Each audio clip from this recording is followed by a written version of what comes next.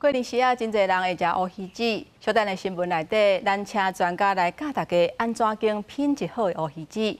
嘛提醒乡亲，乌鱼子是真营养，毋过胆固醇不了悬，而且食落会大颗，拄好就好，唔通食了过多。表面稍微起泡就好啊。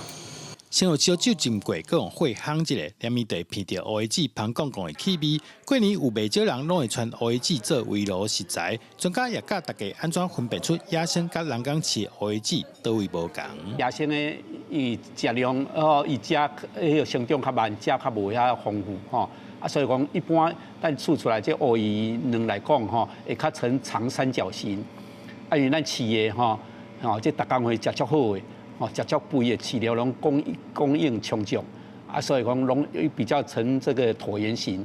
专家讲，民众咧买乌鱼子的时阵，买当对外观看出乌鱼子好歹，食起来口感差真济。选这清澈透明，这血丝爱挂有清气，因为咱讲血丝嘛有肥的物件，基本上会较臭臭。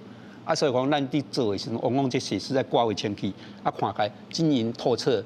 乌鱼子真好食，不离个营养师嘛提醒民众，100公克乌鱼子就有233大卡的热量，千万莫因为好食，一摆食伤济。100公克左右的一个乌鱼子啊，它的钠含量就有将近1000到1200毫克哦，相当于我们吃了大概2.5到3公克的食盐。心血管疾病的族群、高胆固醇血症，或者是有高血压以及肾脏病的个案，在食用上都要特别注意分量的部分。另外，营养师也建议民众咧煮的时阵，慢慢长时间高温料理，才袂影响到乌鱼子本来营养价值。过年团圆食较青草，营养师也提醒，食鱼食肉也得菜价，才营养更健康。记者杜文和新店报道。